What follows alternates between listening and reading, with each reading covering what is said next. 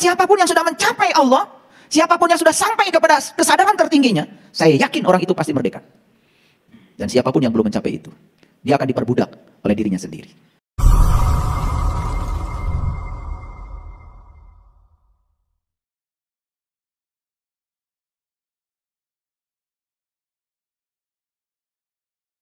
Segala puji hanya milik Allah,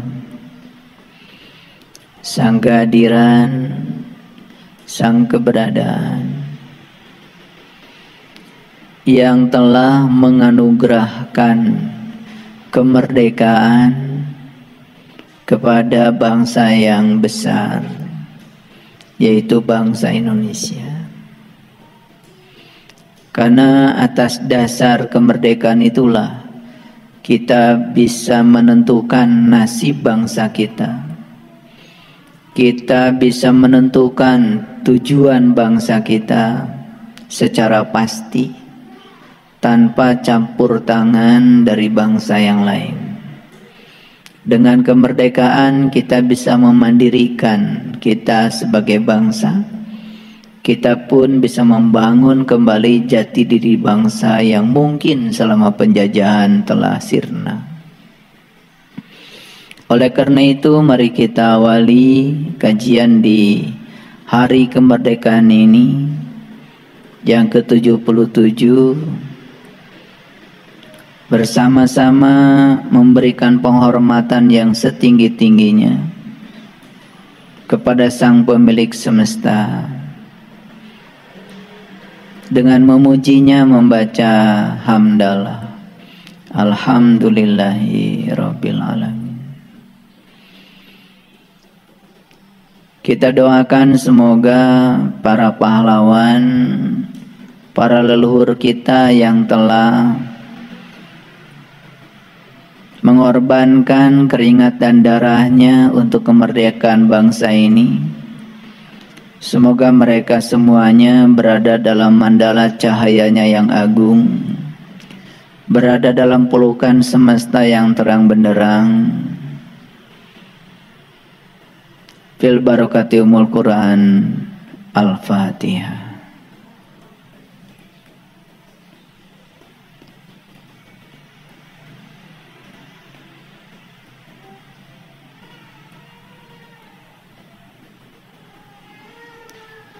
Amin.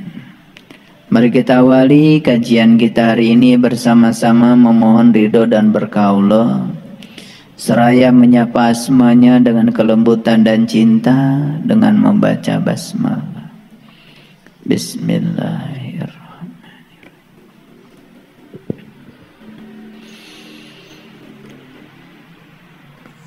Saya selalu menyampaikan bahwa tidak ada satu peristiwa pun di semesta ini yang terjadi secara kebetulan. Setiap peristiwa yang terjadi itu selalu di dalamnya ada pesan. Cuman terkadang kita sendiri menjadi gagap, kurang siap. Ketika ada peristiwa yang terjadi, pesan di dalamnya terkadang terlewat begitu saja. Mengapa kemerdekaan bangsa kita diproklamirkan tanggal 17 bulan 8 tahun 1945? Itu bertepatan dengan hari Jumat, bulan Ramadan lagi. Kok angka 17 ini kita kenal juga dalam tradisi Islam, ada 17 Ramadan yang sering diperingati sebagai Nuzulul Quran. Ternyata sholat sehari semalam juga 17 rakaat. Kok 17 rakaat? Ternyata perjalanan manusia unggul di semesta yang disebut dengan Bani Israel. Jadi Bani itu adalah kaum, kelompok, bisa juga manusia, bisa perorangan. Isra itu artinya berjalan. Il dari kata Eli. Eli itu aslinya bahasa Ibrani, bukan bahasa Arab. Jadi Bani Israel adalah siapa saja orang yang melakukan perjalanan menuju Tuhannya. Itu diabadikan dalam Quran surat Al-Isra. Kebetulan nomornya juga 17. Ini kalau saya jelaskan relevansi dari 17 Agustus, 17 Ramadan, 17 rakaat sholat, dan 17 Quran surat Al-Isra sebagai satu kesatuan yang utuh, itu menceritakan perjalanan Bani Israel. Sayang sekali kalau di Quran ada kata-kata Bani Israel, kita sendiri secara dangkal memahami seakan-akan itu merujuk pada sebuah bangsa yang ada di Timur Tengah sana. Justru mereka ini adalah bangsa yang cerdik. Karena tahu di Quran Bani Israel itu diunggulkan dari segala umat, maka nama itu buru-buru diambil oleh mereka menjadi nama bangsanya. Itu kecerdikan. Karena tidak ada di Quran satu umat pun yang diunggulkan selain Bani Israel. Ya Bani Israel, udhkuru ni'mati allati an'amtu alaikum wa anni faddaltukum alal alamin. Tidak ada umat yang diberi keutamaan oleh Allah kecuali Bani Israel. Makanya Bani Israel ini adalah kelompok manusia yang sudah diberi nikmat. Lagi-lagi kata nikmat didangkalkan lagi oleh kebanyakan umat. Jadi nikmat itu dikaitkan dengan aspek-aspek yang tidak ada kaitannya dengan yang dijelaskan dalam Al-Quran. Padahal di Quran jelas sekali ada satu permohonan kita yang diulang-ulang setiap kali sholat, yaitu membaca ihdinas syiratal mustaqim. Tunjuki aku ke jalan yang lurus. Apa jalan yang lurus itu? Syiratal lazina an'amta alaihim, yaitu jalannya orang yang telah diberi nikmat. Siapa saja orang yang diberi nikmat dijelaskan secara tegas dalam Quran surat An-Nisa ayat 69. Yang diberi nikmat itu cuma 4 golongan.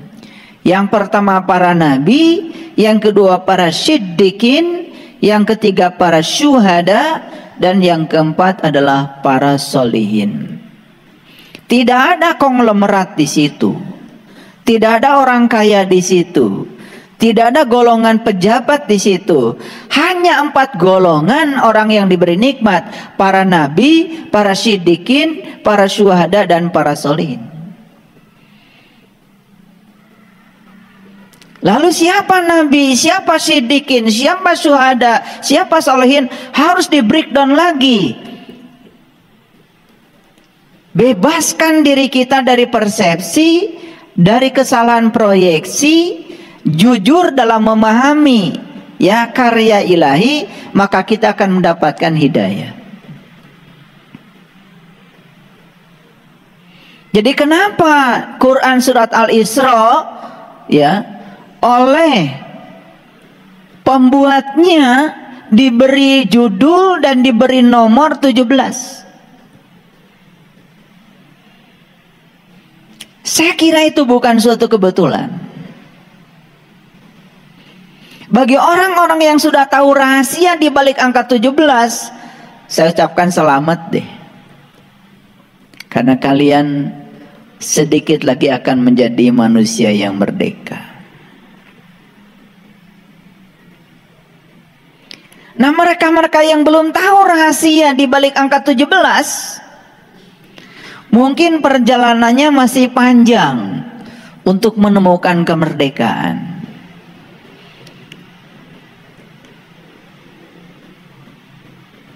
Lalu mengapa sholat itu 17 rakaat? Apa kaitannya dengan 17 Agustus? Coba, 17 bulan 8 1945. Itu angka yang sangat luar biasa.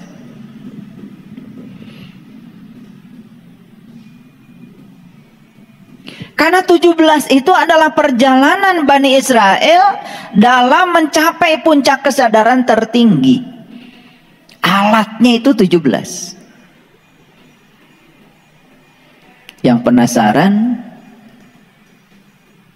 pasti mencari. Yang tidak penasaran, ya nggak akan mendapat.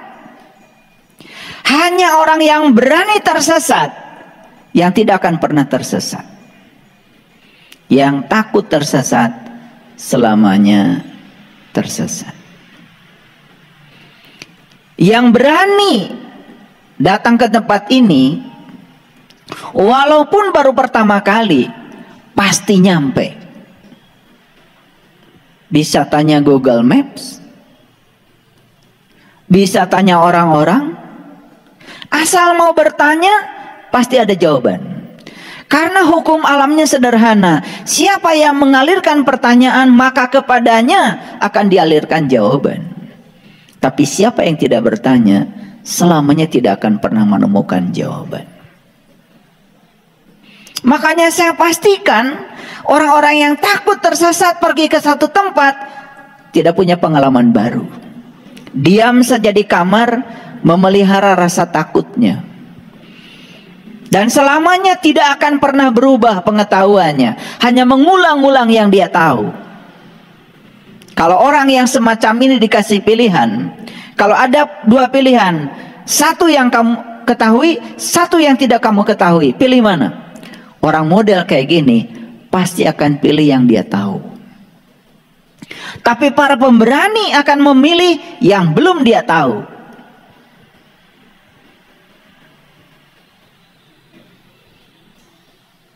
Itulah bedanya. Orang yang tidak tahu, tetapi dia tidak tahu bahwa dia tidak tahu, dengan orang yang tidak tahu, tapi tahu kalau dirinya tidak tahu. Maka kelompok yang kedua ini pasti akan menjadi orang yang tahu, dan dia tahu bahwa dia itu tahu.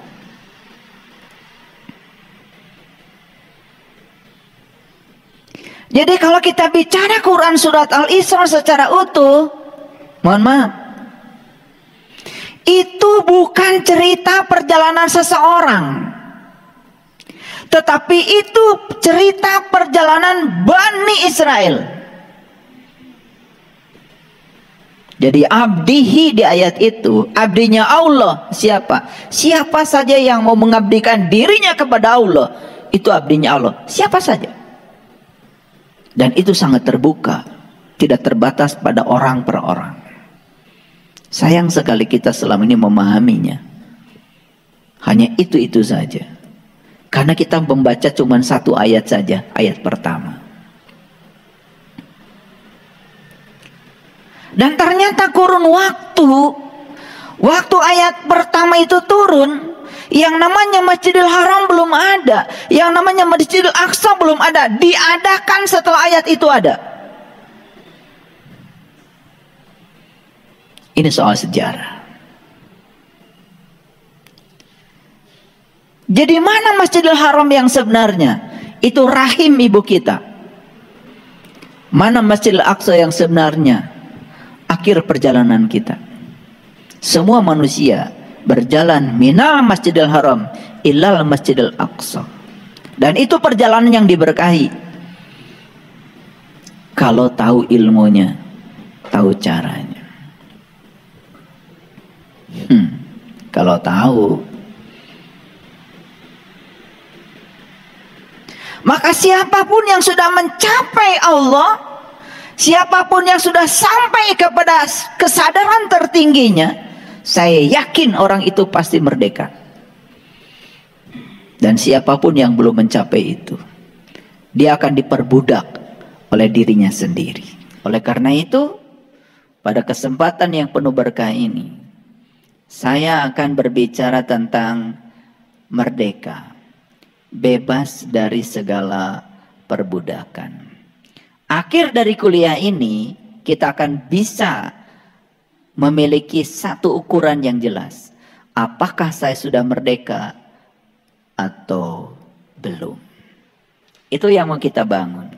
Akhir kuliah ini nanti para sahabat bisa mengukur apakah Anda sudah merdeka atau belum. Oleh karena itu, sebelum kita bahas ini, saya menyampaikan dulu salam kebangsaan. Merdeka! Merdeka! Yes. Itulah salam yang universal. Tapi salam itu dianggap remeh karena kita menganggap salam yang lebih tinggi adalah bahasa tertentu. Padahal itu adalah salamnya bangsa Indonesia. Salam kebangsaan bangsa kita. Asli kata merdeka itu digali dari bumi pertiwi. Baik para sahabat, apa sesungguhnya merdeka itu? Saya mengatakan orang yang merdeka adalah mereka yang sudah bebas dari segala perbudakan. Mari kita balik dulu lihat sejarah ke belakang. Bagaimana leluhur kita, bagaimana para pahlawan kemerdekaan kita merebut kemerdekaan di zamannya.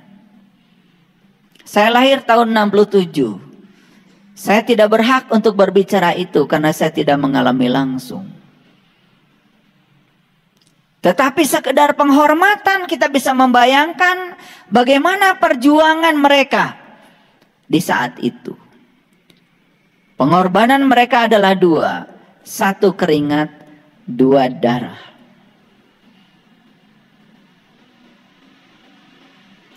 Walaupun kita hanya tahu dari sejarah bagaimana kesulitan bangsa kita saat itu, bagaimana penderitaan bangsa kita saat itu sebelum merdeka,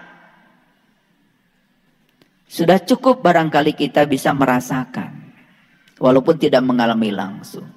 Yang jelas, begitu ada penjajahan, begitu tidak ada kebebasan, yang ada adalah perbudakan. Di situ akan ada yang namanya penderitaan.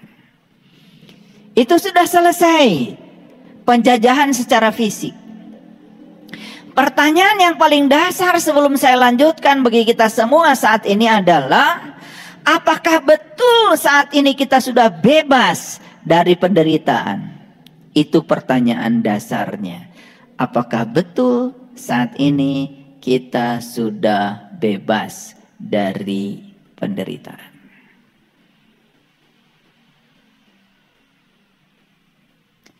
Dulu bangsa Indonesia mengatakan bahwa sumber penderitaan mereka adalah bangsa yang menjajah. Betul? Dan sumber penderitaan itu seakan-akan ada di luar mereka. Tetapi yang lebih dahsyat lagi kalau kita sederhanakan sekarang, ternyata semua sumber penderitaan kita pada dasarnya berpusat dan ada di dalam diri kita. Nah, ini yang akan saya bongkar habis hari ini. Jangan kecil hati kalau nanti banyak yang akan terbongkar semuanya. Baik, kita mulai dari hal yang sederhana saja. Jadi mari kita jawab dulu pertanyaan ini. Apakah Anda sudah merdeka?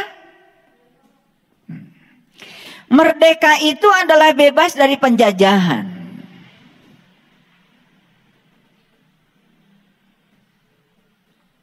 Ada yang menjajah, ada yang dijajah. Berarti ada yang menguasai, ada yang dikuasai. Saya mau tanya sekarang, siapa penguasa Anda? Jujur, siapa penguasa Anda? pikiran Anda, keinginan Anda. Itu penguasa Anda saat ini. Siapa yang dikuasai? Ya Anda sendiri. Ternyata yang dikuasai ada di sini, yang menguasai juga ada di sini.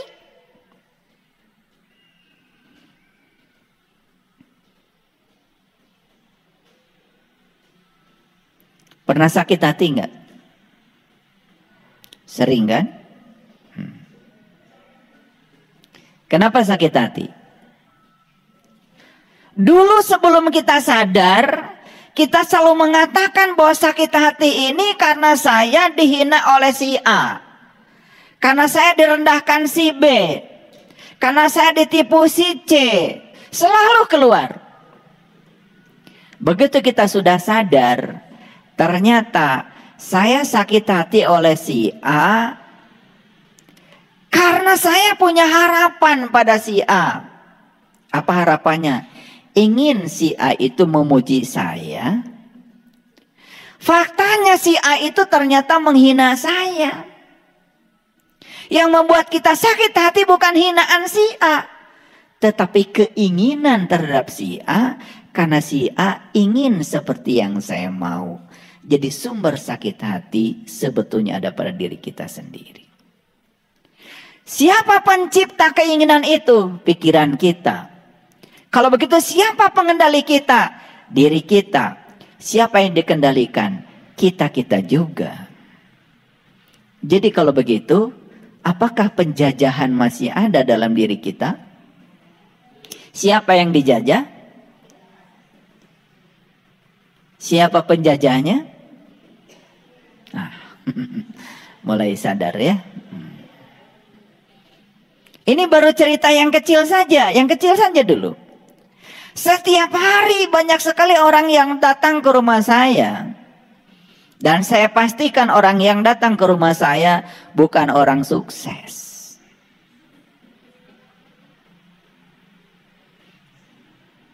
Semua orang yang datang ke rumah saya rata-rata orang punya masalah. Itu pun kalau punya masalah baru ingat saya. Jadi saya ini memang nasibnya seperti dokter. Dokter itu baru diingat kalau sakit. Sama.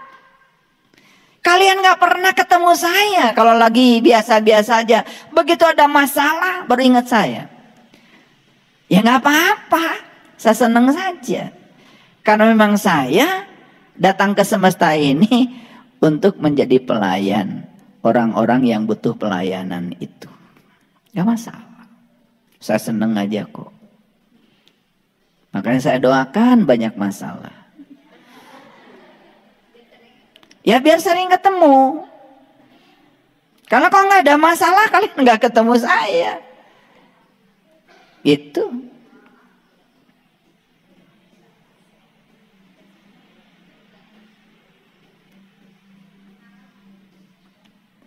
Ada juga yang pengen ketemu saya katanya kangen. Di belakangnya masalah juga. Apa-apa. Karena harus ada sesuatu yang mengantarkan kita. Harus ada. Kalau tidak ada peristiwanya, kalau tidak ada jalannya, kita tidak akan bertemu.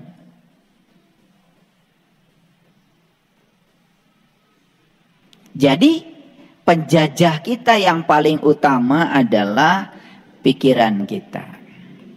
Nah sekarang siapa yang dijajah? Yang dijajah oleh kita adalah kesadaran kita. Pertanyaannya, kenapa pikiran lebih berkuasa daripada kesadaran?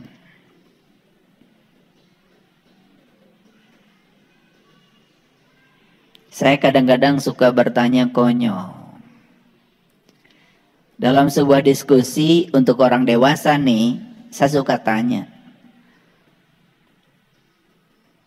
Kalau orang-orang yang tidak baik di kehidupan ini dikuasai siapa? Mereka mengatakan dikuasai oleh setan. Kalau ada orang baik di semesta ini, siapa penguasanya? Penguasanya katanya Allah. Pertanyaan berikutnya, biasanya kalau pertanyaan saya berbuntut itu. Banyakan mana orang baik sama orang yang tidak baik kalau begitu? Banyakan orang yang tidak baik. Siapa penguasa yang tidak baik? Katanya setan. Pertanyaan berikutnya, kalau begitu kuasa mana setan sama Tuhan? Jadi siapa yang maha kuasa di semesta ini? Kadang-kadang yang gitu aja suka pusing. Padahal itu kan fakta, betul nggak? Nah, apakah kesimpulan itu benar apa salah? Harus diuji dulu. Pertanyaan berikutnya, adakah setan? Kan begitu.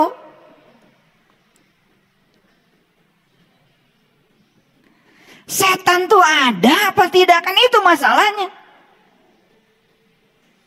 Apa ya Tuhan kemudian menciptakan sesosok makhluk untuk menyaingi dirinya sendiri? Lalu beliau menjadi sangat capek, sibuk ngurusi perilakunya ini? Apa begitu? Apa di semestanya ada satu kekuasaan lain di luar kekuasaan Tuhan? Kalau begitu kalimat la ilaha illallahmu itu batal. Makanya baca la ilaha illallah itu sambil berkesadaran. La ilaha illallah, la ilaha illallah, la ilaha illallah. Coba sadari.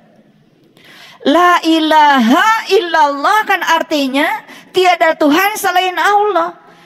Arti yang lebih dalam lagi, yang mana yang bukan Allah? Allah sendiri yang mengatakan huwal awalu wal akhiru wal dhahiru wal batin. Aku yang awal, aku yang akhir. Bahkan aku tidak berawal dan tidak berakhir. Aku yang zahir, aku juga yang batin. Yang mana yang bukan Allah?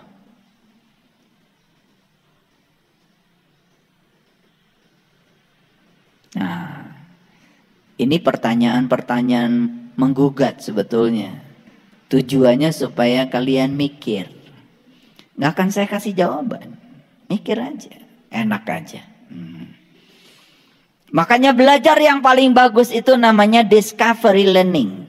Belajar menemukan sendiri. Karena kalau menemukan sendiri dari pengalaman sendiri, itu baru namanya pengalaman sebagai guru yang terbaik. Itu namanya ilmu sejati, bukan pengetahuan pinjaman. Paham sampai di sini? Nah, makanya saya berulang kali cerita tentang episode yang sangat luar biasa dalam cerita sastra. Namanya episode Ramayana. Pernah nonton? Pernah baca bukunya? Ya? Itu kan cerita tentang Rama dan Sinta. Ya?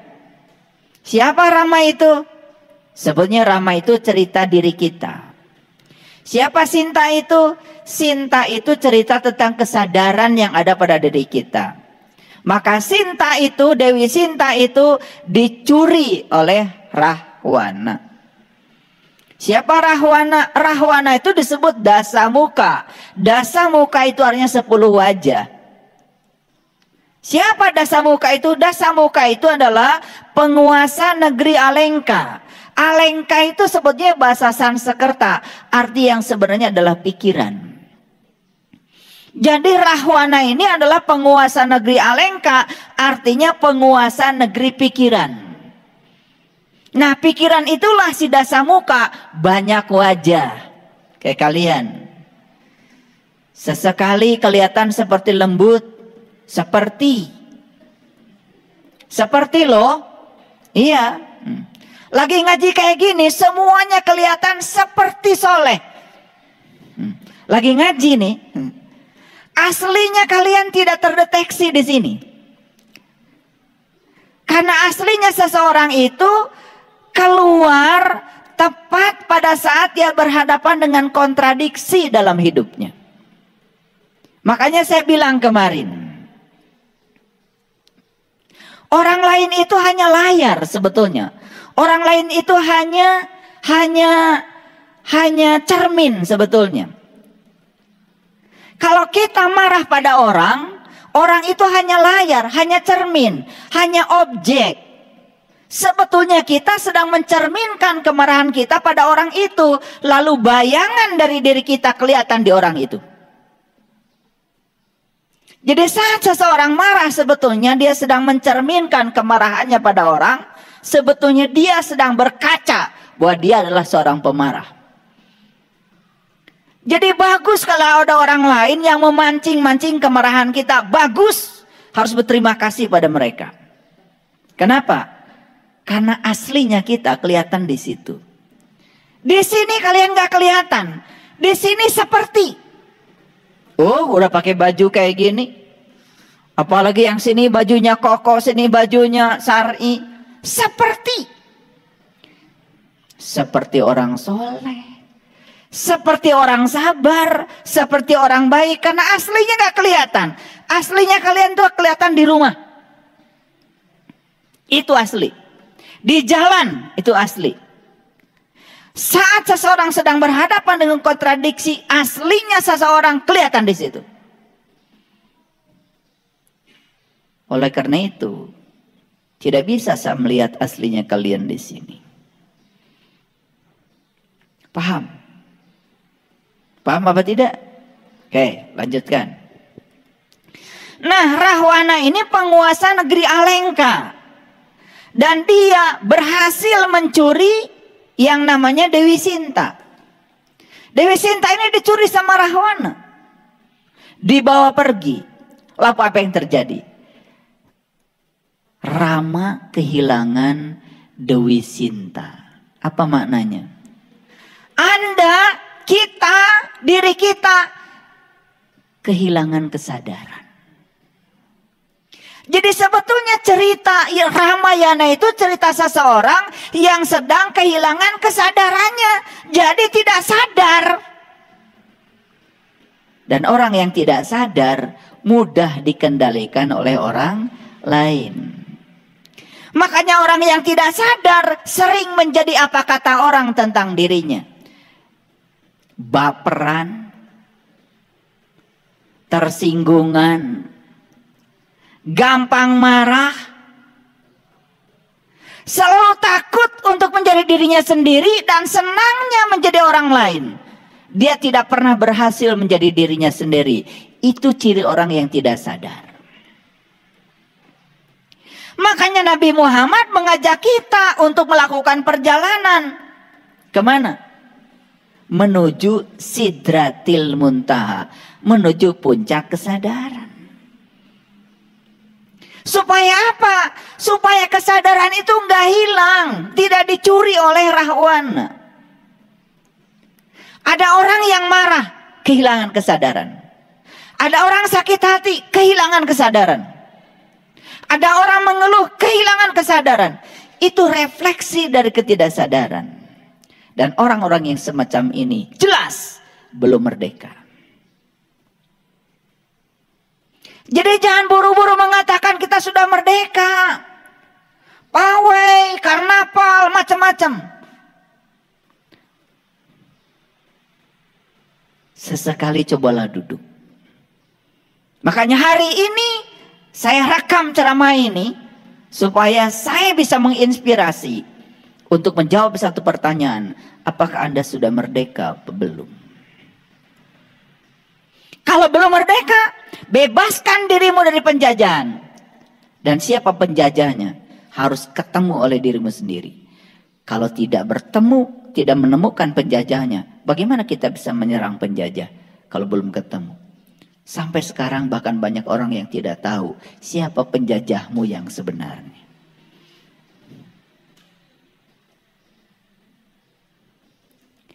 Maka Makanya saya berulang kali mengatakan, kalau ada masalah, kembalikan masalah itu pada Sang Pencipta. Pencipta masalah. Siapa pencipta masalah? Pikiranmu.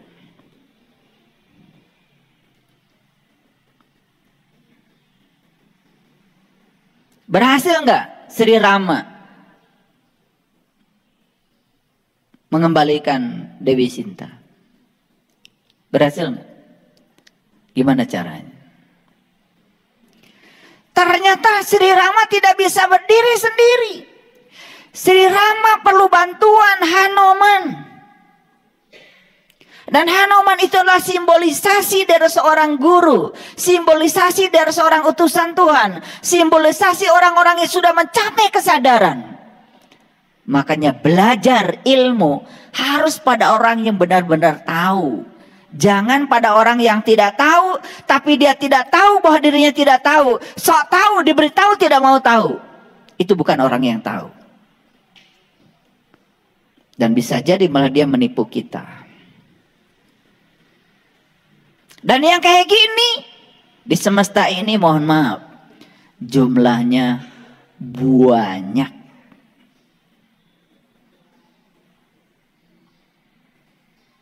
Dan lucunya kita juga senang dengan pengetahuan-pengetahuan katanya.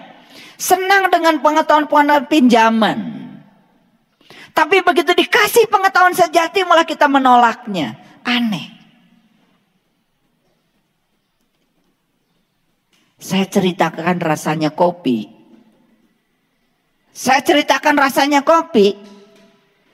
Ribuan orang yang datang mendengarkan ceramah tentang rasa kopi. Dan semua mengatakan setuju. Walaupun mereka nggak minum kopi. Yang ceramahnya pun nggak pernah minum kopi. Dari mana dia tahu rasa kopi? Ternyata dia baca buku tentang rasa kopi. Dia baca buku tentang rasa kopi, dihafalkan di otaknya, kemudian ceramahkan pada orang-orang yang belum pernah minum kopi. Dan semua setuju rasa kopi seperti yang dibicarakan oleh si pembicara. Dan jumlahnya yang mengikuti ceramah ini puluhan ribu. Disebutnya juga tabligh akbar. Tapi begitu saya mau bagikan kopi, hilang semua. Padahal Anda akan merasakan kopi kalau saya bagikan kopi dan Anda menerimanya. Betul nggak? Mau dikasih minum kopi semuanya ngilang. Padahal rasa kopi itu baru akan Anda rasakan tepat saat Anda minum kopi. Bukan ketika Anda ikut seminar tentang penjelasan rasa kopi. Kenapa kita seperti itu? Karena kita belum merdeka. Kita terkungkung oleh rasa takut. Karena kita terkungkung oleh kebanyakan orang. Kan kebanyakan orang seperti itu. Anda ikut aja yang banyak. Yang banyak itu belum tentu benar loh. Apalagi yang sedikit.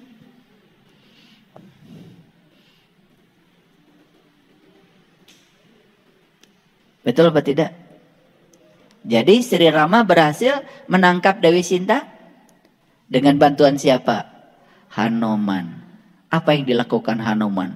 Membuat jembatan menuju negeri Alengka. Jembatan itu apa? Itulah yang dalam Quran keren sekali disebut jembatan Shiratal Mustaqim. Makanya harus ketemu jembatan itu. Simbolisasinya jelas, rambut dibelah 7. Makanya angka 7 diabadikan menjadi 7 kali tawaf, 7 kali sa'i, 7 batu melempar jumroh. Tanya tuh yang pulang haji kemarin. Ngerti nggak simbolisasi di belakang angka 7? Mana rambut dibelah 7 itu? Saya pernah dialog dengan ayah saya waktu saya kecil. Karena ayah saya kalau ngajar ngaji selalu nakut-nakutin saya. Supaya saya jadi anak soleh. Dan kita ini produk rasa takut sebetulnya. Sama mungkin pelajarannya seperti saya. Supaya soleh, supaya rajin, supaya hormat kepada mereka, saya selalu ditakut-takuti. Ini katanya dunia, ini katanya surga. Di sini membentang jembatan, rambut dibelah 7. Dan di bawah itu adalah api yang menyala-nyala. Saya bilang sama bapak saya, Allah tuh nggak ada kerjaan ya Pak. Kenapa? Bikin jembatan kok rambut dibelah 7. Ya kalau kita jatuh salah Allah. Kekecilan bikin jembatannya. Rambut dibelah 7. Karena selalu dulu memahami setiap simbolisasi itu dipahami secara letter luck begitu. Dulu. Ternyata begitu saya bongkar rahasia Quran. Oh ternyata Siratal Mustaqim itu adalah rambut dibelah 7. Dan ada pada setiap manusia. Siapa yang sudah menemukan yang 7 dalam dirinya, ketemu pasangan yang 10 pada dirinya, 10 ketemu 7, merdeka. Jadi 17. Itulah jalan menuju kemerdekaan. Biarinlah. Gak ngerti sekalian. Biar pusing gitu. Kalau dengar ceramah saya pusing itu bagus. Ada tanda-tanda kehidupan. Ada tanda-tanda kelahiran yang kedua. Tapi kalau dengar ceramah saya pusing enggak, bingung enggak, ngerti juga enggak, lah itu enggak ada hidayah itu memang. Jadi saya doakan semoga ada hidayah ya. Karena hidayah itu sederhana kok. Kata Quran, alladzina yastami'unal qaul fayattabi'una ahsanahu ulaika hadahumullah ulaika hum ulul albab. Hidayah itu mulailah dari memasangkan telingamu untuk mendengar.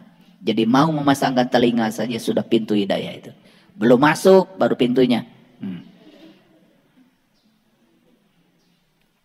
Ya kalau udah ketemu pintunya juga masih terkunci, gimana mau masuknya? Temukan dulu kuncinya, baru buka pintunya, baru masuk. Masuk apakah akan menemukan hidayah? Belum tentu. Yang masuk saja belum tentu, apalagi yang gak mau masuk. Makanya perjalanan kita itu luar biasa sebetulnya, ya. Tetapi tidak usah takut, ya. Tidak usah takut, karena tidak ada yang sulit. Semua itu sebetulnya mudah. Kalau kita berpikirnya mudah. Mudah dan sulit itu soal pikiran saja sebetulnya. Nah, kemudian yang terjadi selanjutnya apa? Setelah dibentangkan jembatan Siratal Mustaqim, kemudian ditariklah sang Dewi Sinta kembali kepada sang Rama di bawah bantuan seorang guru namanya Hanuman. Nih pertanyaan saya. Sekarang kesadaran kalian yang ada di sini sedang ada nggak di sini? Sedang ada nggak di sini? Nah kalau kesadarannya tidak ada, siapa penguasa kita? Ya penguasa kita Rahwana. Si Dasamuka pakai topeng. Pura-pura bahagia padahal enggak. Pura-pura soleh padahal enggak. Pura-pura beriman padahal cuma ngaku. Pura-pura muslim padahal bukan Islam yang sebenarnya. Nah, masuklah pada yang namanya kepura-puraan. Nah, orang yang pura-pura jelas dong tidak asli. Orang yang pura-pura jelas dong palsu. Nah, inilah si Dasamuka. Siapa penguasanya? Penguasanya adalah Rahwana. Jadi kalau begitu, Rahwana itu lambang dari pikiran kita. Jadi kalau begitu, apakah Rama ada di sini? Apakah Dewi Sinta ada di sini? Apakah Rahwana ada di sini? Yuk sekarang tanya, siapa penguasa dirimu? Sinta atau Rahwana? Boleh dijawab dulu. Sinta atau Rahwana? Gak apa-apa, menjawab suka-suka aja. Nanti juga dibuktikan oleh saya. Karena kajian kita ini bersifat saintifik. Semua yang saya sampaikan akan dibuktikan. Cuman perlahan membuktikannya. Supaya step by step ngertinya. Nah, pertanyaan berikutnya. Kita tahu sekarang siapa penjajah kita? Jangan-jangan penjajah kita adalah rahwana yang ada dalam diri kita, sidasamuka. Sepanjang kita dijajah oleh itu, berarti kita belum bebas merdeka. Paham sampai di sini? Oke. Nah, kalau di dalam diri kita ada penjajah yang namanya rahwana, berarti diri kita selama ini masih jadi budak. Budak bagi siapa? Budak bagi penjajah kita. Karena di zaman dulu juga orang yang dijajah pasti jadi budak. Dan penjajahnya ya menjadi tuan. Yuk, sekarang saya mau nanya. Siapa penentu nasib kita? Siapa? Diri sendiri? Betul? Oke. Katanya yang menentukan nasib Allah. Siapa yang menentukan rezeki kita?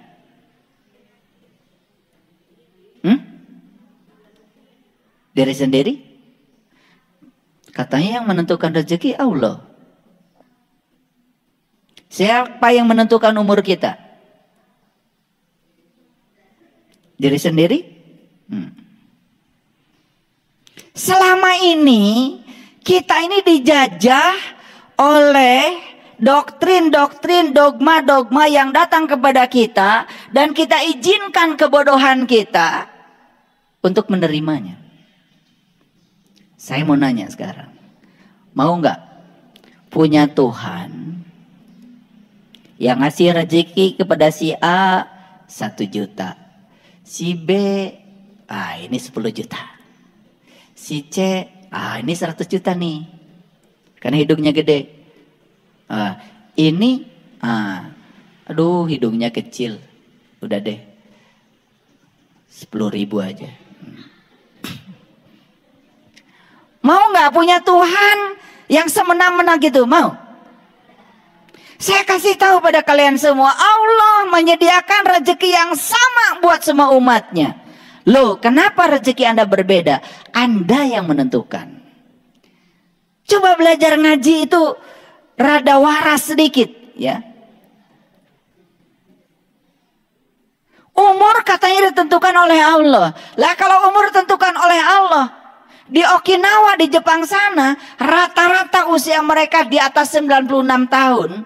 Bahkan mereka masih bisa gendong padi, gendong hasil pertanian. Itu umur 95 tahun.